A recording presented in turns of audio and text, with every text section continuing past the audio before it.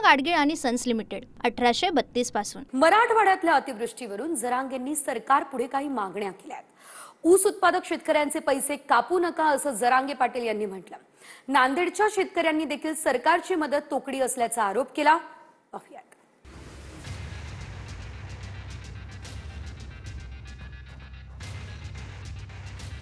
शेतकऱ्यांना मदतीसाठी ऊस शेतकऱ्यांचेच 15-15 रुपये का कापत आहात असा सवाल करत मनोज जरांगेंनी सरकारवर टीका केली आहे। त्यापेक्षा नेत्यांकडच्या संपत्तीतून मदत का करत नाहीत असाही सवाल जरांगेंनी केलाय। सोनिया गांधी, इंदिरा गांधी, तो कोणचा गावनो लाल भडक गांधी, एक दुसरा कोणचा आहे तो त्याची काप्यो यांजवळ प्रॉपर्ट्या कमी आहेत का?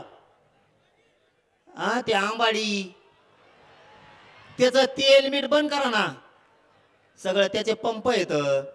त्याला म्हणा एक दिवस तो जे रिलायन्स पंपाचा व्यवसाय येतो एका दिवसाचा एका पंपावर 3 शेतकऱ्याला ऊस कुठं कापी तिकडं आमचा फेसकोट पडे पाणी घालू घालू उसाला ना, आमचं कुठं कापी तू गाच पाण्याला तिकडं लय मोठं होत आला ना। त्या राज ठाकरेकडे काही कमी आहे का? त्याच्या सगळ्या ट्रॅव्हल चालतात कापे हो त्याच्या। नारायण राणेकडे काही कमी पड असलं त्याला दी ऊसाचे पात्राटाचे, त्याच्या कोण घी? मस्त विखेंकडे येतं, मोहिते घराणे येतं, निंबाळकर घराणे, चव्हाण घराणे, देशमुख घराणे येतं। त्या छगेल 2-4 पोते भरून द्या पैशाचे, त्याची काडी लागली असली कुठं तर त्याच जवळ नसन तर इकडे हे निजामी गॅजेट म्हणणारे यांच्याकडे काही असले तर बघा। बोलायला तर लय उत येतं तोंड तवाच, इकडे दे म्हणा थोडे। आणखीन कोण कोण असले तर ते वगळंटी वार एक तो काँग्रेसचा, त्याच्याकडे काही असले तर बघा। तो 56 कुळे त्याच्याकडे काही पैसे असते, त्यांनी ते कुट्याची कंपनी तर बंद पाडली, 200 कोटी दिले नाही म्हणून त्याला निवडणुकीला। असे करा ना गोळा, अंबानी कोण करा, टाटा कोण करा, तो आणखीन कोण कोण तो नाही काही टपुर कोण आहे ते शिंदे साहेबाचे आमदार पळून घेऊन गेलेले ते टपुर, ते नाही उंटावणे नाकाचं ते कंबोडा। निवडणुकांवेळी सरकार उद्योगपतींकडून पैसे घेतं, मग आता शेतकऱ्यांच्या नुकसानीवेळी त्यांच्याकडून का पैसे घेतले जात नाहीत असंही मनोज जरांगे म्हणाले। आमच्या शेतकऱ्याला लुटूस तर ह्या किती कंपन्या आता टाटा आहे ते लय येतात, आता बजाजवाले येतं, आणखीन मरणाचे आलेत ना, यांचे कोण घ्या ना। हे जमतं का निवडणुकीच्या टायमाला पैसे घ्यायला उद्योगपती को?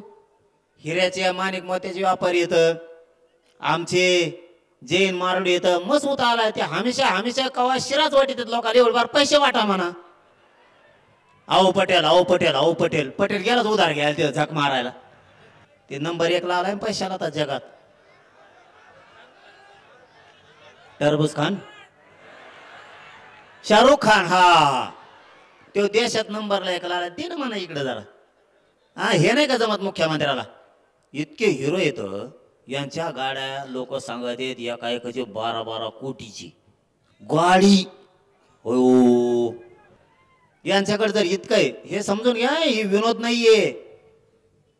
इतके मोठमोठे लोक आहेत त्यांजवळ कंपन्यात, यांच्याकडून सगळे पैसे वसूल करा। 1000 लोक सगळ्या पक्षाकडे, 1000 लोक 1-1 कोटी घेतले तर 1000 कोटी रुपये जमा होते एका दिवसात।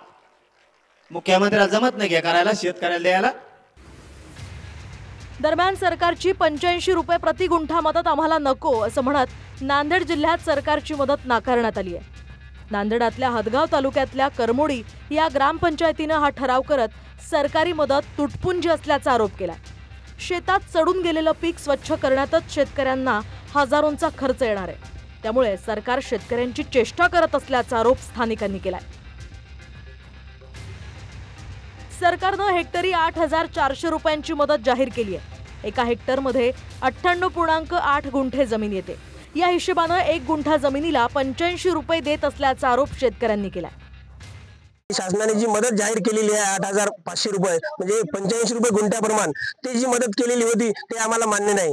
आज आम्ही जर आमची परिस्थिती पाहिली नदीकाठच्या भागाची तर आज 100% आमचं पीक पूर्ण वाहून गेलेलं आहे. त्याच्यामुळे सोयाबीन असो, ऊस असो, हळद असो, कापूस असो, बघायची परिस्थिती राहिलेली नाही सध्या. त्यामुळे मायबाप शासनाला एवढी विनंती करण्यासाठी आलो की आम्हाला जी तुम्ही 85 रुपये गुंठ्याप्रमाण जी आम्हाला मदत दिलेली आहे ती जी मदत आहे ती तुटपुंजी आहे. ते आमच्या काहीच उदरनिर्वाह आमचं होणार नाही. महत्त्वाचा मुद्दा, आम्ही जेवढा काय सोयाबीन खत पीक जे आम्ही फवारणी केलेली आहे त्याचा सुद्धा खर्च निघणार नाही. ज्ञानेश्वर लोंढे, TV9 मराठी, नांदेड. पूना गाडगीळ आणि सन्स लिमिटेड 1832 पासून.